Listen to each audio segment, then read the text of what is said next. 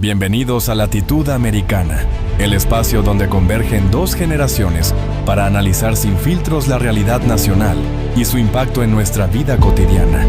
Les saluda Diana Torres, junto a Luis Montes Brito y Luis Montes, aquí en Long Island en vivo, 93.3 FM y 1440 AM. Comenzamos. Muy buenos días, esto es Latitud Americana, como siempre, de la mano del señor Luis Montes Amaya y el señor Luis Montes Brito, quienes saludo. ¿Cómo se encuentran el día de hoy? Buenos días, Diana, bienvenidos. ¡Feliz lunes! Pues muchas gracias a ustedes por estar aquí, por supuesto. ¿Y cómo es que se está moviendo el escenario político en este momento? Porque bueno, siempre el fin de semana suceden muchas cosas y afortunadamente esto nos da para aquí hablar en Latitud Americana, pero también para reflexionar un poco sobre las decisiones del presidente Donald Trump que sin duda siempre afectan a nuestra comunidad, porque, bueno, siempre lo hemos dicho, él debería ser... él siempre dice que es el presidente para poner a América primero, pero pues hemos visto con pruebas fehacientes que esto no es así. Vamos entonces a hablar sobre la Cámara que desafía al liderazgo republicano y aprueba extender los subsidios del Obamacare. Bueno, es interesante lo que ha sucedido en las últimas semanas. Hemos visto una y otra vez el descargamiento de esta alianza MAGA, ¿verdad? Y es una coalición bastante importante, ¿verdad? Porque no creo que se había dado así en el Partido Republicano en décadas. Es una coalición de gente, de una derecha bastante recalcitrante, ¿verdad? Donde siempre había una diferencia en el Partido Republicano entre, digamos, la base xenófoba, ¿verdad? La base bastante recalcitrante con lo que hoy le llamamos los Country Club Republicans, ¿verdad? Que vemos mucho aquí. Y también una base, más, era una base de los granjeros y cosas en la parte de la parte productiva, ¿verdad? Entonces, ahora esto, ¿verdad? Se amalgamó, ¿verdad? Se trajo todo junto y al final hemos visto cómo poco a poco han habido fisuras ya dentro de esta coalición. Y precisamente este voto por parte de la Casa de Representantes, donde hemos visto un buen número de republicanos moderados que han aprobado esta pieza de legislación de parte de los demócratas, ¿verdad? Para extender los créditos que permiten que las primas de seguro de salud se mantengan ¿verdad? A los niveles que hemos tenido. Ahora, esto es importante, obviamente, ¿verdad? Es un año electoral. Los republicanos moderados entienden que el incremento a esta prima de salud les puede generar muchos problemas, más problemas de lo que ya tienen. Y con esto, lo que se busca es básicamente, ¿verdad? Darle a este discurso de la asequibilidad, de la affordability, un nuevo, digamos, giro. No obstante, la pieza de legislación, ¿verdad? Que enfrenta un serio reto en el Senado, donde, en repetidas ocasiones, esto ya ha sido, negado. Señor Juan, ¿cuál es su opinión? Porque además el Obamacare, pues no solamente afecta a una población, sino a gran parte de la comunidad, incluso personas mayores que reciben pues el beneficio del Obamacare. Bueno, sí, fíjate que yo este tema o esta situación la veo en varias cosas, y lo mencionó, hay que rescatar varios temas. Primero, que se acentúa la fisura en el Partido Republicano cada vez más evidente en diferentes temas, ¿verdad? Este otro tema más en el cual abiertamente, y ahora, por ejemplo, fueron 17 congresistas los que votaron republicanos que votaron junto a los demócratas. Entonces, de por sí, la mayoría en la Cámara Baja de los republicanos es, ¿verdad?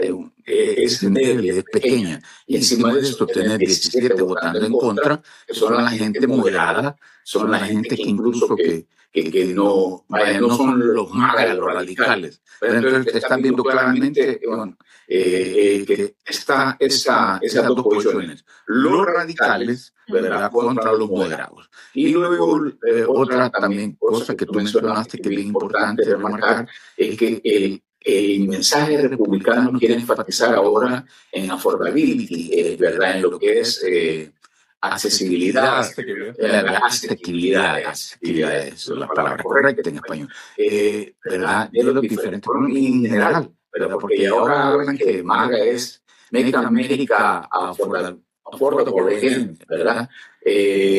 Ya no es Race Against, sino que porque la gente ya no aguanta cuando va al supermercado, cuando paga los seguros, cuando paga todo esto. Entonces, sí, y recordemos que en el Obamacare, si bien es cierto, están cubiertos alrededor de 24 millones de personas al final de 2025, con todo lo que esto genera, trabajo y todo, se verían afectados en un recorte de más de 50 millones de estadounidenses. Y estamos hablando de eso, de estadounidenses en general. Aquí no estamos hablando de demócratas, estamos hablando de los dos. Es decir, y lo más importante la situación. Que el mayor impacto de estas medidas, es decir, de la caducación o la expiración de los incentivos fiscales que provee el Obamacare, no es que van a pegar, por ejemplo, aquí en Nueva York o en California, en Estados Unidos.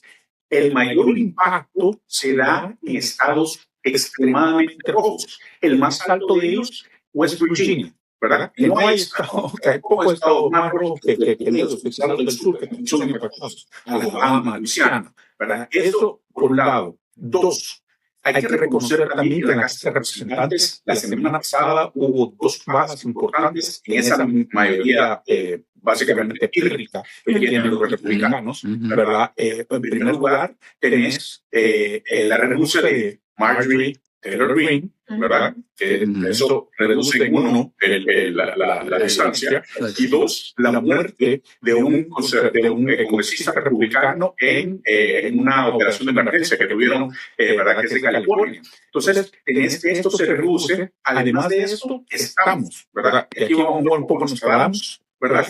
Otra vez, estamos a las puertas de ver algo que se ha dado en pocas ocasiones en la historia legislativa de Estados Unidos, que el Partido Republicano, que está en estos momentos en el poder, pudiese, y hay una buena posibilidad de que pierdan el poder de la Casa de Representantes a medio término, dadas estas elecciones especiales que se puedan venir, ¿verdad? Entonces, con esto te estarías, ¿verdad? Si bien esto, algo que vamos a hablar más adelante, que es precisamente esta exhortación que ha hecho Trump, ¿verdad? A los republicanos de que no votaran a la Casa de Representantes para evitar un posible impeachment, ¿verdad? Entonces, estamos a la puerta de que esto pudiese dar, ¿verdad? Pudiese llevar precisamente no en el 2027, sino que en el mismo 2026 pudiésemos estar llegando a ese... Pero ahí me surge una pregunta, entonces, ¿estaría preparado el Partido Demócrata para enfrentar algo así? Porque, bueno, tendría que asumir incluso las consecuencias de muchas decisiones que ya se han venido tomando y que se están ejecutando.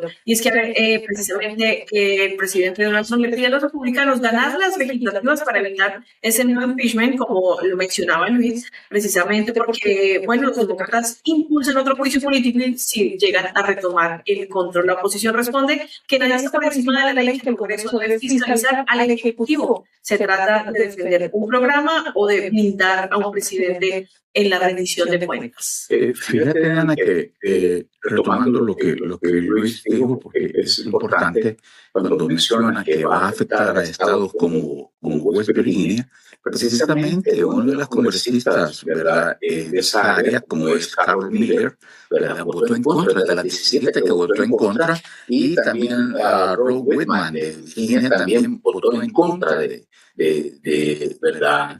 De lo que Trump pretende, ¿verdad? Entonces, si esto, ¿verdad? Los republicanos tienen, si mal no recuerdo, tienen 220. Estaba en 2021, ¿verdad? 2021 o está en 2019. 2019, entonces exactamente. Y la mayoría se decide con 2017. 2018, perdón. Apenas tienen uno excedente. Con alguien que se enferme, con alguien que no pueda un día estar ahí, tienen ya ellos una situación crítica. Y luego viene la parte que tú, como muy bien mencionas, Diana,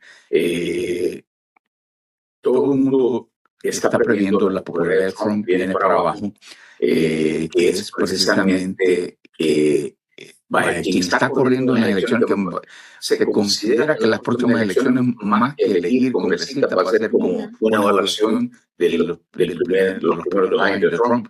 Y la popularidad va para abajo, entonces muy probablemente pierdan. Y recordemos que si Trump pierde, entonces va a funcionar otra vez el sistema de pesos y contrapesos. Y una de las herramientas que tiene el sistema de contrapesos es el impeachment contra el presidente, que es un juicio contra el presidente que requiere nada más, ¿verdad?, una minoría mínima. Si los demócratas llegaran a tener minoría en el Congreso, ¿verdad?, entonces va el impeachment, que no es lo mismo que, ¿verdad?, destituir al presidente. Ya para eso otra cuestión, porque el Senado ya tendría... ¿Cuántos impeachment ya lleva el presidente Donald Trump? 2, ese sería el tercero. Solo, ¿verdad?, reiterando los números. De hecho, tienen ahorita solo 218 republicanos en la casa. O sea, que tienen justo, ¿verdad?, y hay 4 vacantes, ¿verdad?, 4 vacantes, y los demócratas tienen 213. Entonces, esto lo pone básicamente que no hay margen de error. ¿Verdad? Hemos visto esta medida ya como, bueno, paso. Y hay que recordar que muchos de estos republicanos, ¿verdad?, o muchos de estos distritos en los que los republicanos ganaron en el 2024 quizás por unos 14 puntos más, ahora, dada ¿verdad?, vaya, todo lo que se está dando, hemos visto que distritos que han ganado hasta por 30 puntos se ha reducido, ¿verdad?, la diferencia se ha reducido a menos de 10 puntos. Y creo que cualquier distrito ahorita que haya ganado en el 2024 por 14 puntos más, puede pasar al demócrata. Lo que podría cambiar la aritmética, ¿verdad?, de estos 400 vacantes, ¿verdad?, que eso sería importante. No, por otro lado, hemos visto también en el Senado ya la fisura. Hemos visto que, si se acuerdan, la semana pasada hubo una votación importante sobre los poderes de guerra, ¿verdad?, que tiene Donald Trump, ¿verdad? Volviendo al tema de la fisura, hubo 5 republicanos a los que Trump le llamó estúpidos, ¿verdad?, o que hay unas estupideces y que debían de ser votados, ¿verdad?, fuera de oficina, la semana pasada precisamente, que le dieron paso a que esta resolución pasara la Casa el Senado, ¿verdad?, la Casa Alta, por 52 votos, que es lo que limita los poderes de guerra de Donald Trump precisamente para Venezuela. ¿Cómo el presidente pretende entonces que los republicanos le respondan si es que él no le está respondiendo tampoco a ellos, si les está, bueno, quitando también un poco poder de alguna manera desde el Congreso? Bueno, es que definitivamente en este momento, precisamente Trump tiene el mando absoluto. Él tiene el Ejecutivo, tiene la mayoría en las 2 cámaras del Congreso, y obviamente también él ha puesto a la mayoría de Por lo menos él ha puesto 3, pero hay otros conservadores, hay 3 más. Hay 6. Hay 3, exactamente. Entonces, es un número que no se ha visto en décadas. Entonces, el balance está completamente a favor de Trump, ¿verdad? Alguien me preguntaba aquí en línea de afuera de acá de Estados Unidos, que es impeachment, nada más lo que se llama un juicio político, ¿verdad? Y que a veces se puede extender hasta en un juicio de destitución, pero como implicamos, ¿verdad? Primero un juicio político que no necesariamente termina en destitución, porque después habría, eso se da en la Cámara Baja, después habría que llevarlo. Sí, tendría que haber un enjuiciamiento, o sea, que se crea una aprobación del enjuiciamiento en la Casa Baja. Vaya, digamos que en términos legales, esto es nada más una acusación, ¿verdad? Luego un enjuiciamiento. Y luego, si esto se da, entonces pasa a la Cámara Alta, donde básicamente el caso, ¿verdad? El procedimiento. El último proceso que hubo, recuerdo que fue cuando Bill Clinton, ¿verdad?, al final, ¿verdad?, él logró salir avante, ¿verdad?, por un escaso margen, ¿verdad? ¿Verdad? Que ahí es donde viene, por ejemplo, que Peter King votó en contra, ¿verdad? Hay un montón de cuestiones que se dan ahí para que uno empiece a entender las alianzas que se han forjado, ¿verdad? Pero es precisamente en ese momento, ¿verdad?, que se dan muchas de las alianzas que ahora todavía prevalecen. Bueno, yo no creo que el presidente Donald Trump tenga tantas alianzas que le puedan, pues porque hemos visto de verdad que él quiere actuar bajo su propio poderío. Es que mira, te voy a decir algo. Fíjate que el caso de Trump, nosotros lo vimos en Nueva York, se llama Andrew Cuomo, ¿verdad? Correcto. El caso de Donald Trump, ¿verdad? Y vaya, yo sí he sido ¿verdad? Alguien partidario de cómo ha gobernado. No obstante, ¿verdad? Como cualquier ser humano tiene sus, ¿verdad? Tiene sus sombras grises, ¿verdad? No todo es blanco ni todo es negro. Pero Es que para aspirar a un cargo político no debería tener tantas sombras. bueno, eso ya lo dejo Por lo menos para que sean tan visibles. eso que es algo del electorado, ¿verdad? Pero lo que sí es cierto es esto: cuando gobernás, ¿verdad? Como en aquel entonces decía Niccolo, ¿verdad? Machiavelli, ¿verdad? Decía que ¿cómo es que se llama? El gobernante debe ser amado o temido, ¿verdad? El problema es que cuando gobernás a través del temor, ¿verdad? En el momento que encuentran una fisura, una rasgadura en ese, ¿verdad? En ese traje, ¿verdad? Esa armadura vaya, por ponerlo en términos medievales, ¿verdad? Cuando en esa armadura se encuentra ya una pequeña fisura, una pequeña rasgadura, los tiburones salen, ¿verdad? Porque hay sangre en el agua y ahí es donde destruyen. Y este es el problema con esto, que la gente no, cuando la gente no está por convicción, no está, ¿verdad? Porque de veras hay una relación entre gobernante y en este caso es un co-gobernante porque, ¿verdad? Es una co-branch, ¿verdad? Del gobierno. Entonces, ahí es donde sucede precisamente el problema. Y esto es lo que sucede con Trump. Trump, ¿verdad? Dado duro, pero ese es una cuestión meramente pegada con saliva. Sí, y aplicando la frase que tú mencionas, cierto, muy bien, de Maquiavelo, aplicándola a Trump, hay que complementarla, porque Maquiavelo dice el gobernante tiene que ser amado o temido. Y entre los dos es preferible que sea temido, porque el amor depende de quien te lo da y el temor depende de quien lo infunde. Entonces, ¿verdad? Exactamente. Entonces, Trump, por ejemplo, hasta el momento de todopoderoso, incluso se ha dado el lujo de amenazar a los congresistas y a todo el que no esté con él, pero ya ese poder ya quedó demostrado en las elecciones recientes de que lo que Trump bendice no necesariamente gana. Entonces, Trump no tiene. Entonces, otra vez, ahí es donde está ya la sangre, la fisura que comenzaron a beber los tiburones, y esto es política, esta conducta humana, cuando ven debilidad, ¿verdad? Trump ya no. Y por otro lado, Trump, este es su último término, él ya se va, ¿verdad? Y los políticos que están pensando en continuar en la era post-Trump tienen que comenzar a actuar ellos, no como Trump. A Trump no le interesa romper la ley y todo. Si él es un señor de 80 años, entonces incluso su expectativa de no pues grande.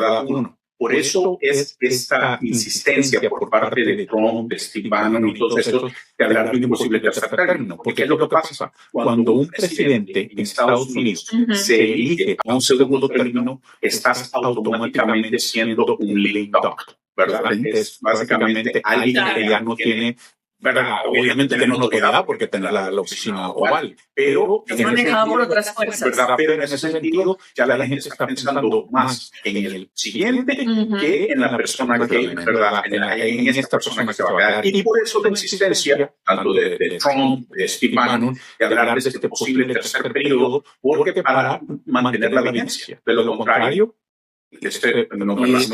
hablemos claro, en política, por ejemplo, el último año de un gobernante, normalmente la gente ya está más con el que va a ganar, con el próximo, que con el que se va. Porque el que se vaya de historia ya no me sirve. Pero entonces, yo lo que siento entonces es que el presidente Donald Trump está haciendo lo que sea posible, lo que ya hizo el año inmediatamente anterior y este año, porque ya después ya no va a poder hacer nada, ni va a poder hacer después de las elecciones de medio término. Si él ya era un lame duck cuando lo eligieron en el 2024, ¿verdad? No vamos a hacer en el 2025.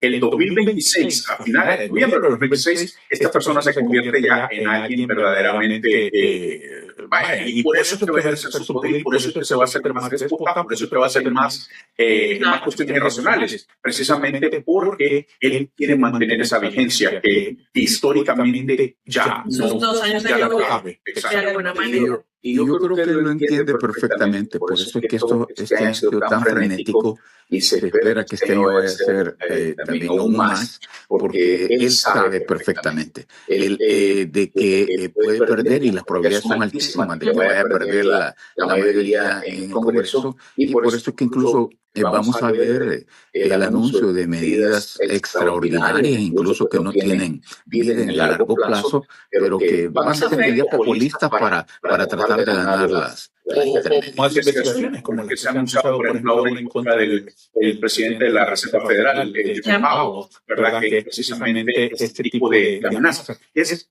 básicamente... Pero ¿qué pasa con eso? Porque en realidad a veces pareciera que le dan largas a ciertos procesos, precisamente porque hay cortinas de humo que no le permiten al presidente pues, salir, entre comillas, afectado. Es la cuestión esa de weaponize, ¿verdad? De hacer del sistema de justicia, ¿verdad? Un arma a favor del que está gobernante. Y entonces, ¿y por qué eso? Lo que dice es que, miren, así en buen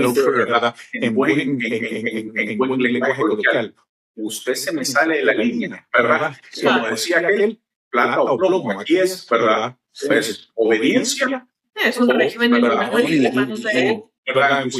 es lo que Trump está haciendo incluso a nivel internacional y todo eso, ¿verdad? Está imponiendo condiciones y si no, pues no se someten. Y básicamente es como Trump ha tenido al Partido Republicano. Recordemos de que Trump no es un republicano puro. Trump es un advenedizo que llegó, que ha usado el Partido Republicano, así como lo utilizan algunos liberales del Partido Demócrata, como Alexandra Ocasio, Bernie Sanders, y todo eso, no son demócratas, son socialistas. Trump es por el otro lado, él es un mercantilista, él no es republicano, entonces, por eso no está. Como lo dijo John Bolton en algún tiempo, dijo John Bolton, este tipo no tiene doctrina, exacto, ¿verdad? Este tipo no tiene planes, este tipo depende de cómo maneja el día, así es lo que hace.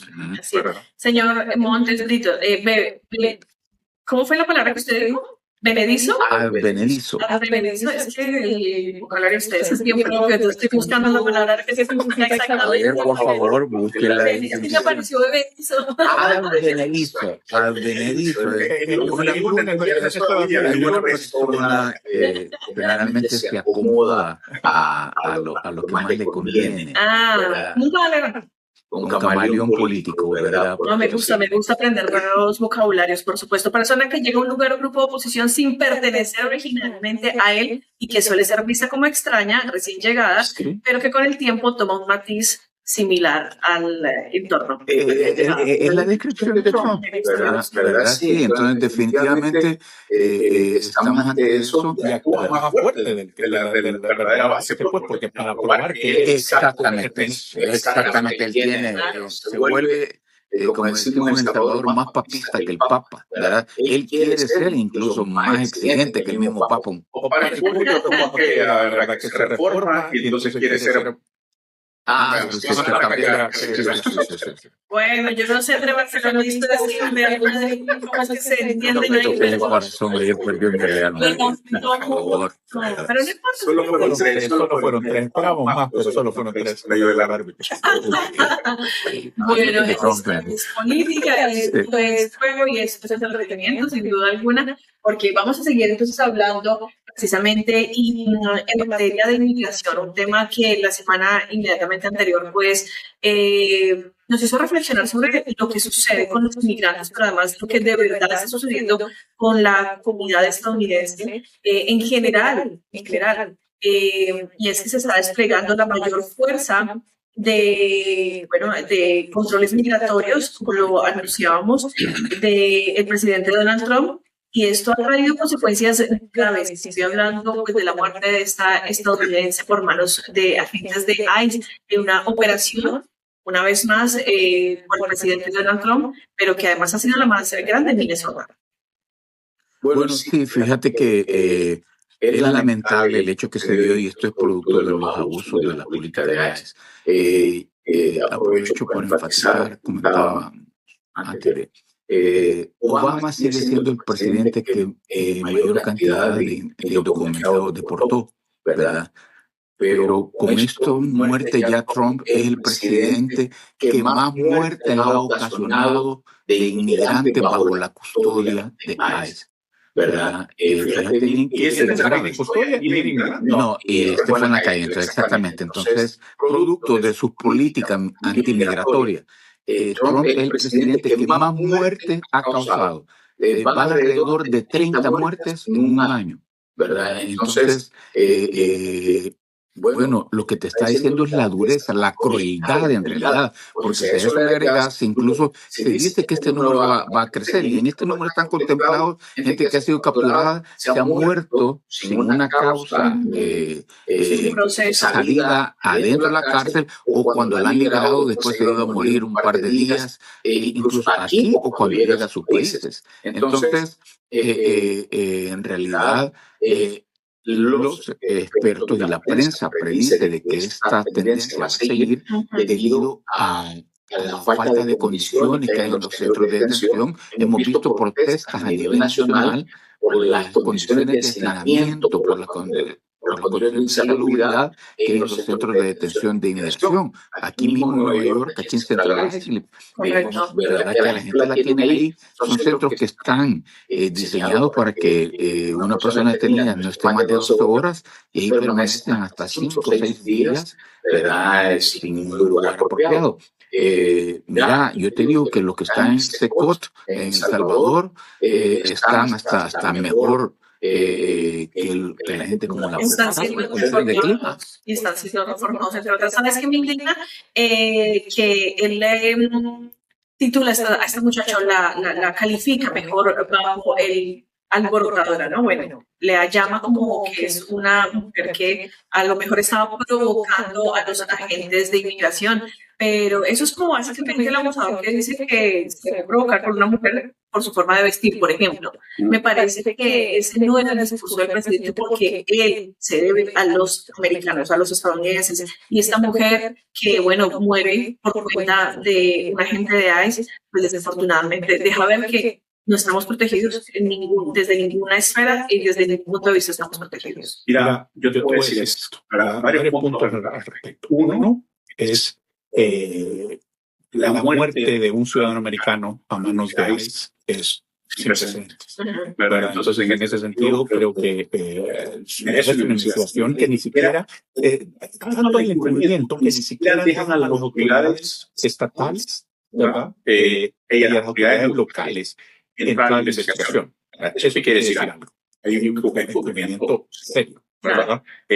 Dos, ver las declaraciones por parte de Trump, ¿verdad?, de hacer de esto un bochorno. Las declaraciones, por ejemplo, de Kristi Noem, ¿verdad?, en prensa el día de ayer estuvo en muchas entrevistas, y en la manera como estaba tratando de recordar las preguntas que hacían, ¿verdad?, precisamente para absolver, ¿verdad?, de culpa a la decisión. Es bastante también repugnante. Y en otro, por otro lado, también lo otro que le repugna es ver figuras políticas, ¿verdad?, republicanas, hace 6 meses, cuando murió Charlie Kirk, eran los que pedían que despidieran a la gente, ¿verdad?, por hacer comentarios sobre él. Ahora, esas nuevas figuras republicanas, incluso locales, ¿verdad?, haciendo broma de la muerte de una ciudadana americana que indefensa, que no tiene nada que ver, ¿verdad? Podemos discutir sobre las cuestiones, sobre las técnicas que están ocupando muchos, ¿verdad?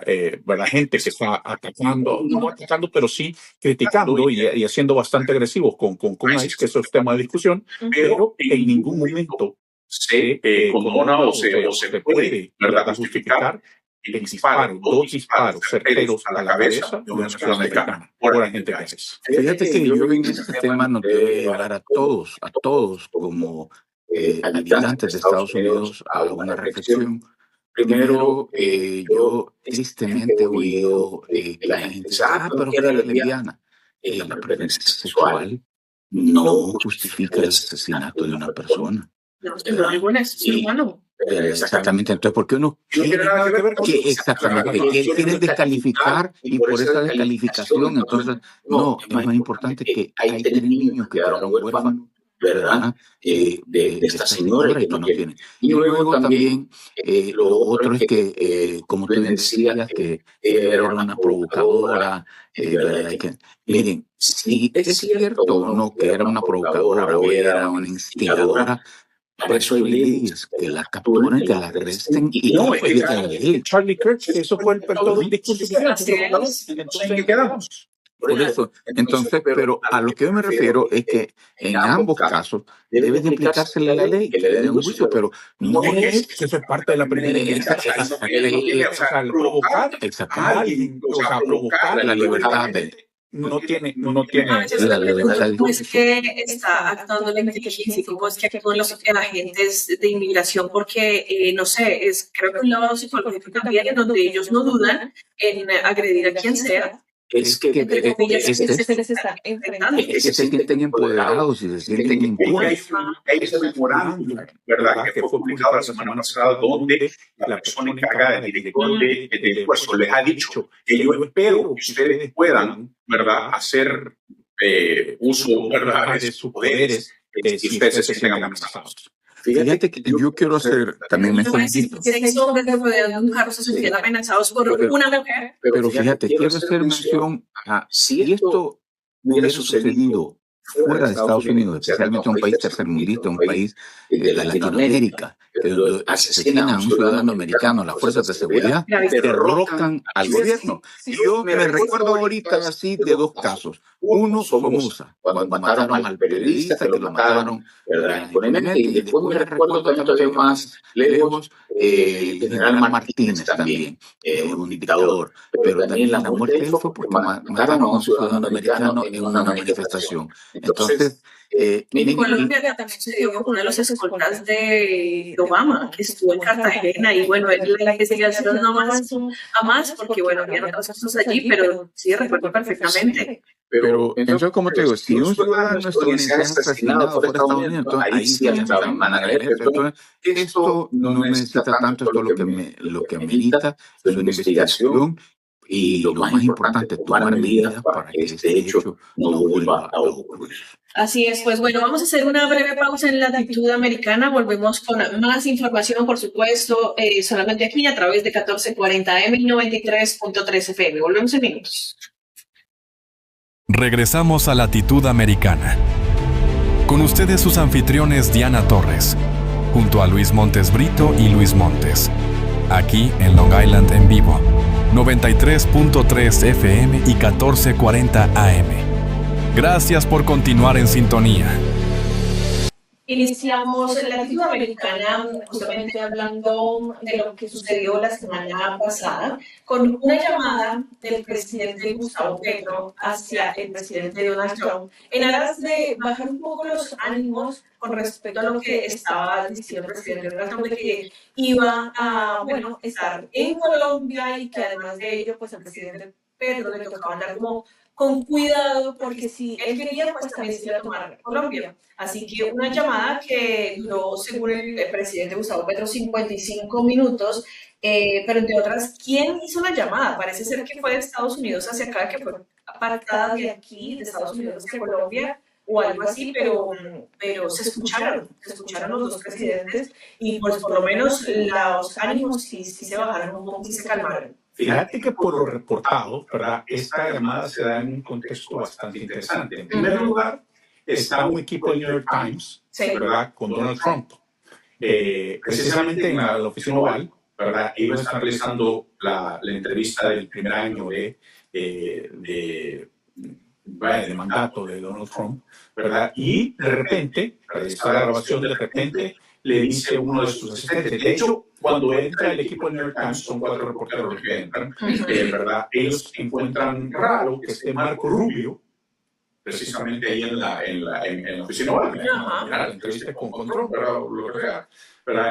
pero lo dejaron pasar. Entonces, de repente entra uno de los asistentes, ¿verdad? Y le dice, presidente, tiene al presidente Petro en la línea, ¿verdad? Es decir, la llamada, ¿verdad? Y según después, ¿verdad? Y lo interesante de esto es que en Colombia recién había terminado, ¿verdad?, la entrevista del New York Times con Petro, justo antes de esa entrevista. Entonces ellos habían visto, ¿verdad? Allá, digamos, la contraparte colombiana y aquí estaban en vivo, ¿verdad? De hecho, la llamada, cuando la entrevista la ponen off the record, le dice Donald Trump, ¿te puedes quedar aquí? ¿Verdad? Porque ellos se van a mover los reporteros para subirse. Le dicen, no, quédate aquí, le dice, pero es off the record.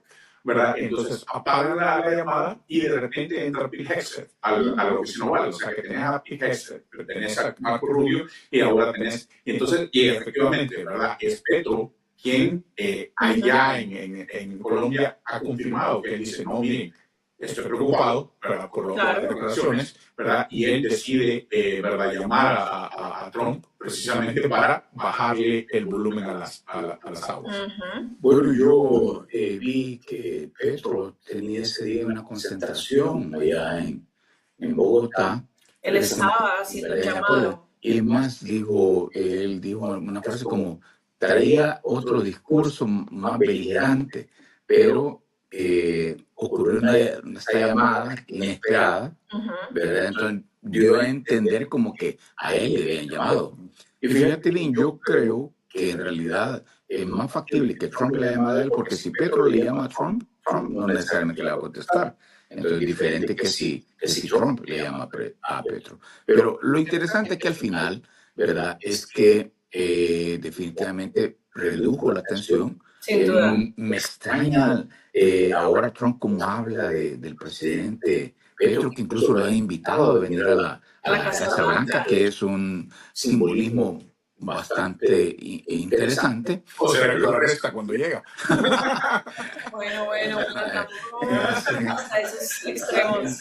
No creería, No, porque es que esto sin duda alguna terminaría afectando nada más que a los colombianos, ni siquiera al presidente está saliendo, recordemos que es una en realidad, ya hablando en los términos de eso, en realidad la remoción de una figura de Estado, dada la experiencia, en realidad le cambia la vida a los ciudadanos. Sí, no, pero yo... Miremos Venezuela. Por eso tal vez no le... Pero es que Venezuela sigue siendo... ¿En qué ha cambiado la situación de los venezolanos? Porque pero hay un exactamente, sí, pero hay un punto de partida muy importante. Colombia en este momento está en discusión porque este año hay... Sí, pero hay un punto de partida importante. Maduro era un presidente que no era reconocido, que se robaba las elecciones. Petro es un presidente que ha ganado democráticamente, pero y que incluso el partido de él está ahorita liderando las encuestas. Entonces, ¿será que Trump hace la diferencia?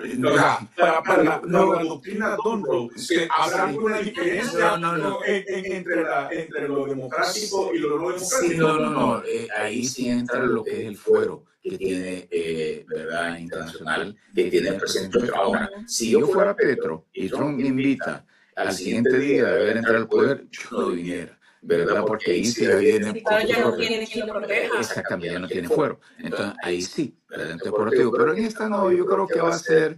Más que todo para tomarse la foto va a ser interesante porque... Pero también me surge una pregunta, ¿será que el presidente Donald Trump entonces quiere ingerir en todas las elecciones que se están llevando en América Latina? Porque es que estamos viendo lo que sucedió en Honduras, ahora entonces quiere inmiscuirse en lo que va a suceder en Colombia. Pues yo le quiero decir, señor presidente, yo sé que usted probablemente no me está escuchando, pero no tiene absolutamente nada que hacer allí. Ahí va a ser completamente, y eso es precisamente lo que se viene, ¿verdad? Es la injerencia directa de Donald Trump en esa elección. Donald Trump lo ha dejado bien claro, ¿verdad? Él, de una manera errónea, a mi modo de ver, ¿verdad?, ha concentrado todas sus...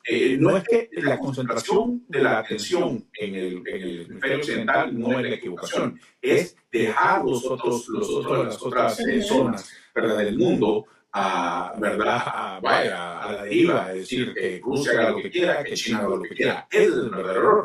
Quien quiera que se inmiscuya en elecciones, eso es demasiado que Estados Unidos lo hace, ¿verdad? Lo que pasa es que antes, de una manera diplomática, ¿verdad?, se hacía. Ahora se hace de manera abierta. Que es que, de todas formas, el negocio de la droga es una cosa que también le conviene al presidente Donald Trump.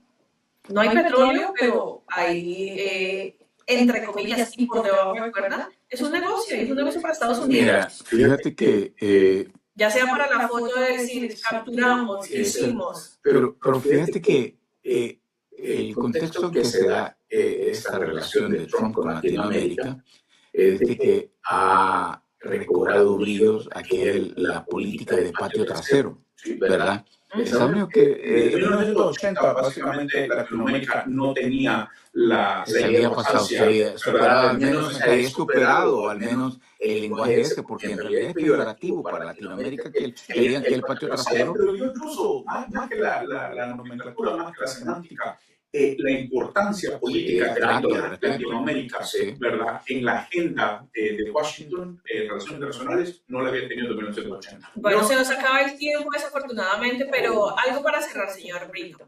Bueno, yo definitivamente considero que sí es factible un impeachment político para el presidente Trump a partir de, digamos, en el 2027. Para cerrar, señor Montes. Queda por verse qué facilitan.